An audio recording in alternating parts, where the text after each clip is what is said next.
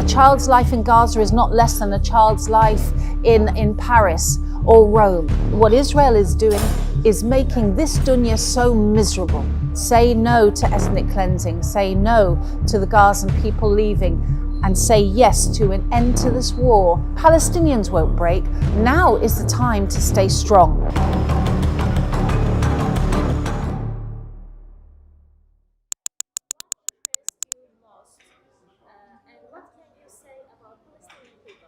The majority of visits that I have made to Palestine were as a non-Muslim. What I saw there was an absolute commitment to generosity of visitors, steadfastness and determination to stay in their land. And I could not ignore, as a journalist, the fact that there was clearly not only oppression, but an apartheid oppression upon the people there. I wrote about meeting the Palestinians in my early visits in the most truthful wording that I had, and it was this, that it felt like I was visiting an alien nation of people who were so good, so steadfast and so patient that they did not seem to me recognizably human. They were superhuman. In fact, I got a little bit annoyed with the Palestinians when I met them at first because I thought they had Stockholm syndrome. Because not only were they not determined to hate all Jews or just take Jewish life, they said, Allah will sort this out for us. Allah is our judge. We must be steadfast. And I was so angry that I said, you really need to be resisting this in a different way.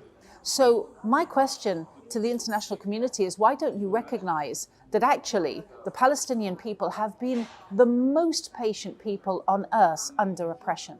Gaza is undefeatable. Can you talk about more? I think we can summarize the victory for the Palestinian people in Gaza as this. Number one, you cannot defeat an idea.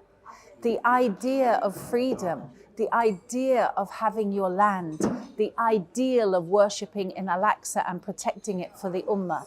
Subhanallah. And you also can never defeat a people for whom death is not the end. We do not fear death. The Palestinians do not look for it. They love their children more than any nation I have visited on earth. And they value them and they want a good life. But when Allah chooses for them to go, they say, Alhamdulillah, shukrullah, it's written, and our dead are in Jannah. How can you break the back of those people? But what Israel is doing is making this dunya so miserable in so many illegal ways that they want to break maybe the rest of us. The Palestinians won't break. We must not allow ourselves to break. And I have a message as well to all our social media activists and all people who are engaging with this question. Please don't think about yourself. Maybe you need to cry. Fine, crying is normal. But don't say, I have compassion fatigue. Don't say, I need a break from all of this horror. That is to turn off your humanity. That is to be, frankly, a weakened human being. Now is the time to stay strong. And my other message is this.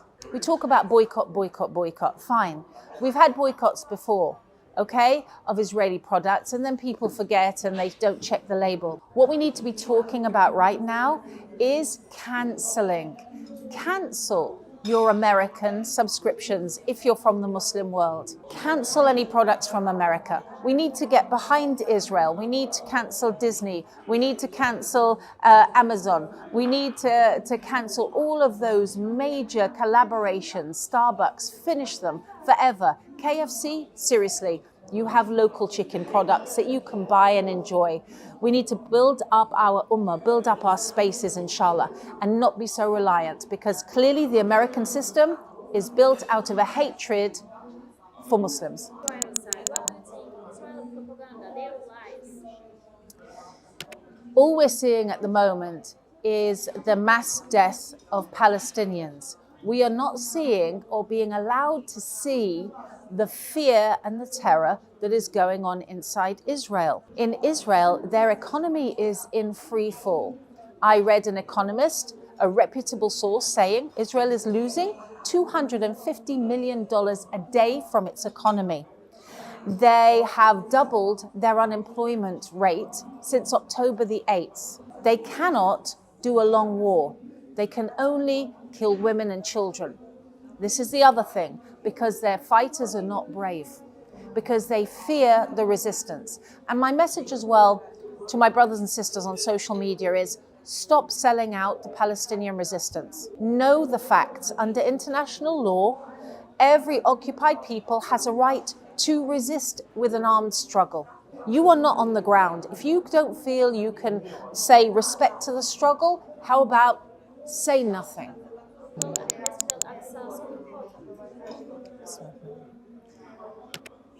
To every Palestinian, Masjid al-Aqsa and Jerusalem is the capital of Palestine. They have been resisting its takeover for almost 100 years, but specifically for 75 years. And I say this to the Ummah, if it wasn't for the Palestinians, maybe since 1948, we wouldn't have had one salah there, not one sujood there. It is their stones. It is the women's steadfastness who go there and pray at Fajr, even though they're beaten with sticks, even though now the protectors of Al-Aqsa are being taken into custody.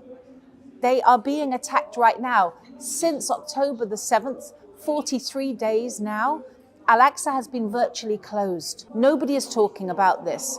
Do not let the world take Al-Aqsa from us. Allah will protect it and the Palestinians will protect it, but we need to be protective of our Al-Aqsa as well. About Western media. The best advocates for changing the Western mindset are the Palestinians themselves, and specifically the people of Gaza. What we're seeing now is a deluge of people finding an interest in the Quran, in a meaning in life, because I'm telling you, if I wasn't Muslim right now, with my love of Palestine and care for humanity, I would be either suicidal or murderous, because it's too much for the human soul to take in that dunya is like this. But with the Holy Quran, knowing Allah Ta'ala, this dunya, it makes a sense and it beautifies our hearts.